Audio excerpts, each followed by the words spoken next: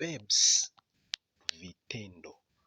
Yaani verbs au kitendo ni kitu ambacho mtu au mnyama anafanya, jambo ambalo mtu au mnyama anafanya. Sasa hapa viko vitendo 25. Can, weza, ni tendo la kuweza. Start, anza, tendo la kuanza.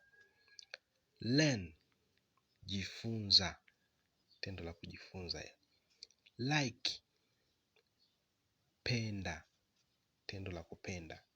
See, ona.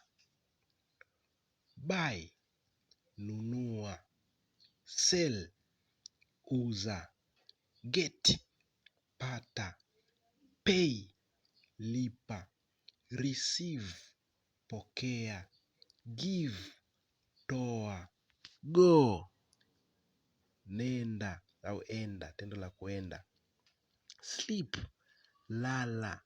Speak, ongea. Know, jua, yani tendo la kujua. Have, kuwa na, yani tendo la kuwa na kitu, kuwa na ni have. Continue, endelea. Drink, kunywa. Eat, kula. Cook, pika. Do, fanya.